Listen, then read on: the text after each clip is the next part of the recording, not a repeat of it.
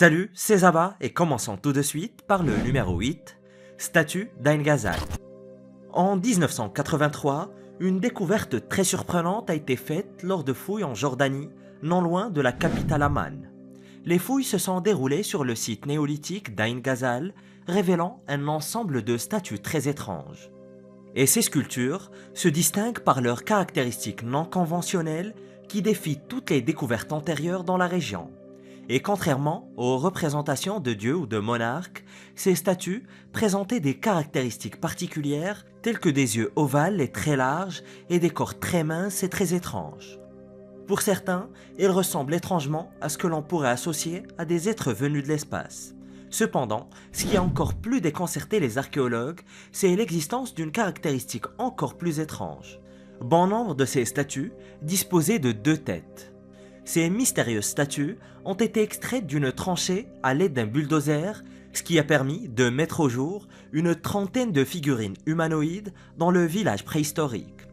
Et d'ailleurs, pour ceux qui seraient curieux de les voir en personne, l'une d'elles est exposée au musée du Louvre à Paris, et c'est d'ailleurs l'œuvre la plus ancienne du Louvre, rien que ça. Le village d'Ain Ghazal a prospéré pendant environ 2000 ans, de 8000 à 6000 ans avant notre ère. Au cours de l'ère néolithique, Ain Ghazal était supposée être l'une des plus grandes villes du Moyen-Orient, bien qu'il reste peu de preuves pour éclairer la culture qui y prospérait autrefois. La découverte de ces statues a suscité énormément d'agitation et de théories. Pour la plupart, ces statues représentaient des divinités, tandis que pour d'autres, la très mystérieuse civilisation qui en est à l'origine a connu une sorte de mutation très rare chez certains de ses membres, ce qui aurait conduit au développement d'individus à deux têtes, comme cela se produit parfois très rarement dans la nature. Et si vous trouvez ces théories complètement farfelues, attendez, il y a pire. La théorie la plus étrange serait que ces statues aient été inspirées par des créatures réelles rencontrées par les anciens humains. Mais l'intention et la signification précise de ces statues demeurent très mystérieuses, ce qui nous amène à nous interroger sur ce qu'elles étaient censées symboliser. Et pour ceux qui voudraient la voir dans le Louvre, elle est située dans le département des Antiquités du Proche-Orient, à cheval entre les ailes Sully et Richelieu. Numéro 7. Le faux empereur. Pendant près de 3 siècles, historiens et archéologues ont rejeté l'existence de l'empereur Spansianus, aussi appelé Spansien ou Spansien en français, comme une simple légende. En 1713, une curieuse découverte en Transylvanie a jeté le doute sur cette croyance dominante. Cette révélation s'est faite sous la forme d'une petite cache de pièces d'or particulières. Ces pièces ont déconcerté les archéologues qui sont tombés dessus car elles portaient le visage d'un personnage jusqu'ici inconnu, l'empereur Spansien. Dans un premier temps, les pièces ont suscité la confusion car l'empereur Spansien était un nom que personne ne connaissait. Et au fil des ans, le scepticisme s'est accru et les pièces ont été reléguées au rang de simples contrefaçons. On supposait que quelqu'un avait fabriqué ces pièces dans l'intention de tromper les chercheurs. Pourtant, 3 siècles plus tard, l'histoire de ces pièces a connu une transformation remarquable. Des scientifiques de l'université de Glasgow, armés de technologies de pointe, ont entrepris d'élucider la vérité qui se cachait derrière ces mystérieuses pièces. Le professeur Paul Pearson a mené cette enquête approfondie, qui a débuté lors du confinement de 2020. La quête initiale de Paul était de se plonger dans la pandémie virale de 248 de notre ère, une calamité qui a joué un rôle dans le déclin final de l'Empire romain. Et au cours de ses recherches, il est tombé par hasard sur les pièces romaines transylvaniennes, et ce qu'il a découvert a défié toutes les attentes. À son grand étonnement, tous les spécialistes qui avaient examiné ces pièces, et ce, depuis 1860, les avaient qualifiées de fausses. Le principal problème de ces pièces avait toujours été leur aspect très particulier qui ne correspondait en rien aux normes très élevées de fabrication observées sur la plupart des pièces d'or frappées à Rome il y a près de 2 millénaires. Néanmoins, l'équipe de recherche de Paul a réussi à dissiper les doutes en confirmant que ces pièces dataient bien du IIIe siècle de notre ère. Et une analyse plus poussée suggère que ces pièces ont probablement été produites dans la province de Dacie, en Roumanie actuelle, par des bijoutiers locaux plutôt que par des fabricants officiels de pièces romaines. Et cette révélation a mis donc fin à la croyance de longue date selon laquelle l'empereur spensien n'était que le produit d'un mythe. Paul et ses collègues ont proposé une nouvelle perspective sur l'identité de Spensien. Ils ont supposé que Spensien n'était pas un dirigeant légitime de l'Empire romain. Il s'agirait plutôt d'un officier militaire local de la province romaine de Dacie. Et lors de l'épidémie de 248, aussi appelée la peste de Cyprien, la province était isolée du reste de Rome, et Spensien se serait autoproclamé empereur. Et afin de maintenir l'ordre civil, il fait frapper localement des pièces de monnaie à son effigie. Et si l'existence de Spensien est aujourd'hui un fait historique quasi établi, beaucoup de choses sur sa vie et son règne restent encore dans l'ombre. À l'heure actuelle, seules 4 pièces de monnaie connues portent son visage, ce qui leur a permis de passer de 3 siècles à être rejetées comme de fausses pièces à devenir des pièces romaines parmi les plus précieuses au monde. Et cette étonnante transformation montre à quel point le cours de l'histoire peut changer en un clin d'œil. Numéro 6. Les expéditions oubliées. Contrairement à la croyance populaire, Christophe Colomb n'a pas été le premier à démontrer que la Terre est ronde. Au Moyen-Âge, les savants étaient déjà bien conscients de la nature sphérique de la Terre. Christophe Colomb a donc entrepris son grand voyage sans craindre que ses navires ne tombent du bord de la Terre dans le vide de l'espace. Son voyage avait pour but de faire le tour de la Terre et d'atteindre l'Asie, mais il n'avait pas prévu que le colossal continent situé au milieu de l'océan lui barrait la route. Il croyait avoir atterri en Inde, mais en réalité, il avait atterri en Amérique du Nord. Et ce que l'histoire oublie très souvent de mentionner, c'est que Christophe Colomb n'est pas le premier explorateur à être tombé sur l'Amérique du Nord. Leif Erikson et ses compatriotes vikings ont réalisé cet exploit 500 ans avant l'arrivée de Christophe Colomb, vers l'an 1000 de notre ère. Les Vikings appelaient ces terres nouvellement découvertes Vinland et leur présence en Amérique du Nord est attestée par des preuves concrètes. Des archéologues canadiens ont découvert les vestiges d'une colonie viking dans les provinces canadiennes de Terre-Neuve et du Labrador, ce qui témoigne d'un lien tangible avec leur expédition. De plus, il est largement admis par les chercheurs et les historiens que les Vikings ont probablement établi une présence significative en Amérique du Nord. Il existe même des indications selon lesquelles ils auraient même atteint des régions proches de Boston. Étonnamment, il est concevable que les Vikings aient laissé des colonies non découvertes dispersées le long de la côte orientale de l'Amérique du Nord. Mais l'idée d'une exploration viking, ou non viking d'ailleurs, de l'Amérique avant l'arrivée de Christophe Colomb a pendant très longtemps été rejetée comme risible. Ce n'est que vers 1960, lorsque des preuves ont été mises à jour à Terre-Neuve, que les récits historiques ont subi une modification radicale. Les archéologues ont d'abord ridiculisé l'idée jusqu'à ce que des preuves tangibles apparaissent, ce qui montre comment l'histoire peut changer soudainement. Mais si des explorateurs étaient arrivés en Amérique du Nord, bien avant les Vikings. Selon certaines théories, des Égyptiens auraient atteint la côte est de l'Amérique du Nord vers 600 avant Jésus-Christ.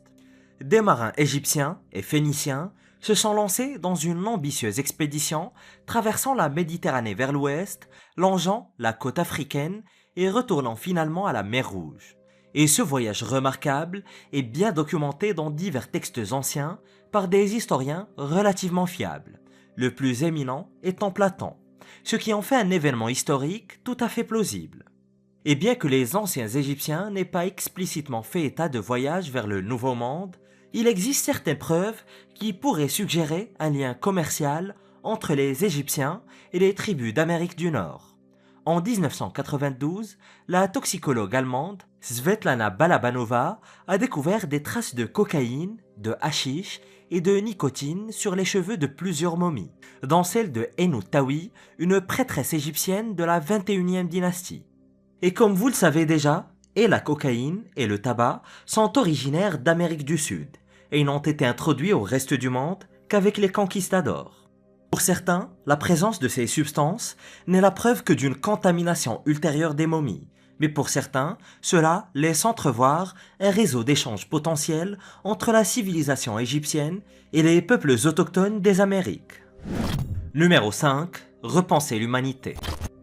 Dans un coin reculé de l'Indonésie, une découverte choquante faite en 2014 a conduit les chercheurs à réévaluer l'histoire de l'humanité.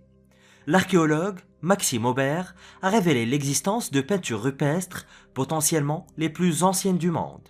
Ces œuvres d'art anciennes sont dissimulées dans une grotte profonde et énigmatique située dans les jungles de Sulawesi, l'une des îles les plus densément peuplées d'Indonésie. C'est un endroit où les bruits de la civilisation cohabitent avec les chants des insectes et des oiseaux et où les singes habitent encore les arbres. Et à l'intérieur de cette caverne mystique, Aubert et son équipe ont réussi à dater des peintures murales particulières d'environ 35 400 ans. Et si ces datations se vérifient, ces images constituent les plus anciens exemples d'art figuratif sur Terre, dépassant même les exemples les plus anciens trouvés en France et en Espagne. Mais la question qui se pose est la suivante. Qui sont les individus très ingénieux à l'origine de ces premières expressions artistiques? Selon le consensus scientifique, l'Homo sapiens est apparu en Afrique il y a environ 200 000 ans. Ces premiers Homo sapiens ressemblaient aux humains contemporains. Ils possédaient même des structures cérébrales très similaires, mais il leur manquait toujours les capacités intellectuelles et créatives qui distinguent les humains modernes. Bien qu'ils se soient essayés à la fabrication d'outils, leurs efforts reflétaient ceux de leurs ancêtres primates. Et pendant plusieurs millénaires, l'évolution a été très lente, en tout cas jusqu'à un point précis de transformation.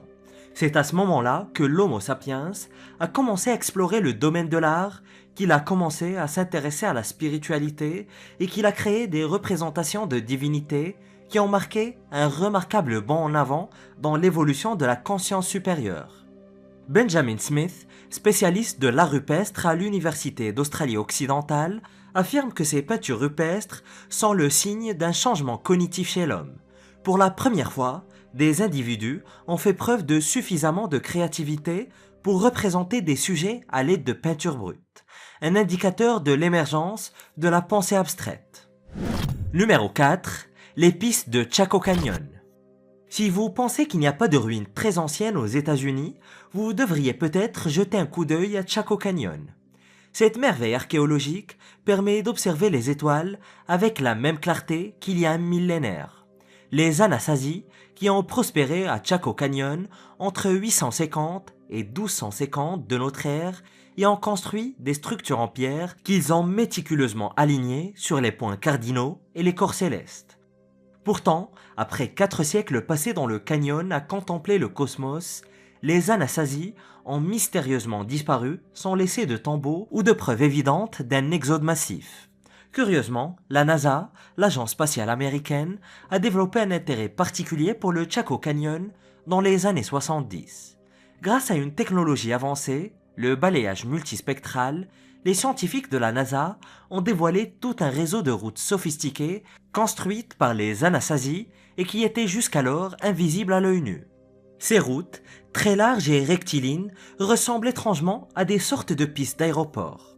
Et ces découvertes soulèvent une question qui laisse perplexe. Pourquoi une civilisation ancienne, comme celle des Anasazi, construisait-elle d'énormes chaussées semblables à celles conçues pour de gros porteurs? Les Anasazi n'avaient bien sûr ni avions, ni gros véhicules d'ailleurs, qui se déplaceraient dans ces routes. Ou était-ce une forme d'expression artistique comme les lignes de Nazca? Certains spéculateurs avancent une hypothèse audacieuse, très audacieuse. Selon eux, les Anasazi auraient construit ces routes colossales pour servir de sorte de site d'atterrissage à une quelconque sorte de visiteur venu du ciel. Une idée certes saugrenue, mais qui pourrait expliquer la disparition des Anasazi sans laisser de traces, surtout pour ceux qui ont une affinité pour la science-fiction. Numéro 3. L'empreinte de Pyongyang. Les mythologies anciennes regorgent d'histoires de géants, que ce soit dans les traditions grecques, chrétiennes ou même aztèques. Ces légendes décrivent souvent un monde gouverné par des géants avant l'apparition d'un déluge cataclysmique. Bien que ces histoires aient été transmises à travers les âges, les preuves qui les étayent sont restées insaisissables. Curieusement, les traces qui émergent disparaissent très souvent, ce qui amène d'ailleurs ceux qui croient fermement ces théories à se demander si la communauté scientifique n'éprouve pas une certaine réticence à reconnaître l'existence de ces preuves. Et l'une des découvertes les plus récentes contribuant à cette énigme est une immense empreinte de pas gravée dans la pierre en Chine. Cette empreinte colossale a été découverte par hasard par un groupe d'habitants de la province chinoise de Guizhou en 2016. Ils ont capturé des images et des vidéos d'une empreinte de pied qui dépassait 3 fois la taille d'un pied humain moyen. Et ce qui est vraiment intriguant, c'est que cette empreinte présente toutes les caractéristiques d'un pied humain, avec des indentations distinctes pour chacun des 5 orteils. Cependant, cette empreinte a dû être laissée par quelqu'un ou quelque chose mesurant plus de 3 à 4 mètres de haut. Depuis, elle est connue sous le nom d'empreinte géante de Pingyan, du nom du petit village où elle a été découverte. Et dans des circonstances normales, ce genre de révélation mettrait la communauté scientifique en émoi, car elle semble constituer soit une preuve d'un canular, soit la preuve physique et irréfutable de l'existence d'une race préhistorique colossale. Or, un étrange voile de silence entoure cette découverte, et les experts se sont abstenus de tout commentaire. Même Snopes, le site web de vérification de faits, réputé pour avoir démenti de nombreux canulars, s'est abstenu de se prononcer sur l'authenticité de l'empreinte. La roche dans laquelle l'empreinte a été fossilisée a probablement plus de 3,1 milliards d'années et est constituée de granit solide et qui ne se prête pas à la capture d'un quelconque type d'empreinte. Peut-être que ce simple fait est suffisant pour conclure que l'empreinte est fausse, surtout qu'il est tout bonnement impossible de dater des gravures sur une roche. Numéro 2. Le peuplement des Amériques. Pendant des décennies, le consensus scientifique était que les ancêtres des Amérindiens étaient exclusivement d'anciens Sibériens. Toutefois, des découvertes récentes remettent en question ces croyances de longue date. L'anthropologue moléculaire Yu Chun de l'Académie chinoise des sciences affirme que l'ascendance des Amérindiens est beaucoup plus complexe qu'on ne le pensait. Les chercheurs ont entrepris une analyse comparative de l'ADN mitochondrial obtenu à partir d'humains modernes des Amériques et d'individus anciens d'Eurasie. Cette étude leur a permis de retracer la lignée maternelle des populations indigènes d'Amérique du Nord jusqu'aux anciens groupes côtiers de Chine et du Japon. Effet remarquable, la recherche a même mis en évidence l'existence de 2 événements migratoires distincts. La première de ces vagues migratoires a été initiée par un groupe d'individus originaires de la Chine côtière qui ont gagné les Amériques il y a environ 26 000 ans. Un second événement migratoire s'est produit beaucoup plus récemment, il y a environ 11 500 ans, avec le même groupe de personnes qui s'est aventuré non seulement en Amérique du Nord, mais aussi au Japon. La découverte d'ancêtres communs entre les premiers hommes des États-Unis et du Japon démontre qu'ils sont bel et bien tous les deux issus d'un groupe commun d'individus ayant fui les périls de l'ère glaciaire en Chine. Cette recherche révolutionnaire remet en question la croyance de longue date selon laquelle la Sibérie était la patrie ancestrale exclusive des Amérindiens et désigne au contraire la côte chinoise comme un autre point d'origine essentiel. Il établit également un lien direct entre certains des premiers habitants des Amériques et du Japon. Numéro 1. Le cylindre de Cyrus. Une étonnante révélation archéologique provenant du cœur de Babylone a mis en lumière un autre récit biblique soulignant son authenticité historique. Cette découverte récente est la dernière preuve archéologique en date qui confirme que certains récits de la Bible sont enracinés dans des faits historiques. La découverte au centre de cette révélation est le cylindre de Cyrus, une relique nommée en l'honneur de l'illustre souverain perse Cyrus le Grand. Tom Meyer, du Shasta Bible College en Californie, identifie cet artefact comme un lien évident avec le récit scriptural du livre d'Esdras. Le cylindre de Cyrus, un petit objet de quelques centimètres de long, enfoui sous les sables de Babylone pendant 2500 ans, a été mis au jour par des archéologues anglais en 1879. Cependant, ce sont les inscriptions sur le cylindre qui lui confèrent une importance historique capitale. Le cylindre contient un décret royal émis par le roi Cyrus qui s'aligne parfaitement sur le récit biblique. Ce cylindre d'argile, datant du VIe siècle avant notre ère, a été exhumé des ruines de Babylone, situées dans l'Irak moderne. Cyrus le Grand, fondateur visionnaire de l'Empire perse, a dominé la Perse pendant la majeure partie de sa vie, régnant jusqu'à 530 avant notre ère, date à laquelle il est décédé à l'âge de 70 ans. Les inscriptions gravées sur le cylindre racontent comment le monarque perse a triomphalement conquis la capitale babylonienne en 539 avant notre ère. Mais le récit ne s'arrête pas là. Il relate le geste remarquable de Cyrus après sa conquête dans un parallèle remarquable avec les récits bibliques. Le cylindre atteste que Cyrus a autorisé des groupes spécifiques de personnes à retourner dans leur pays d'origine. Tom Meyer affirme que ce geste reflète la proclamation de la Bible dans laquelle Cyrus fait preuve de clémence à l'égard des personnes retenues en captivité à Babylone. Et si cette concordance entre le cylindre de Cyrus et le récit biblique s'avère exacte, il constitue une nouvelle révélation convaincante affirmant la crédibilité historique de certains récits bibliques. Et ces ruines énigmatiques renferment des secrets d'histoire très obscurs. Découvre-les en cliquant sur cette vidéo.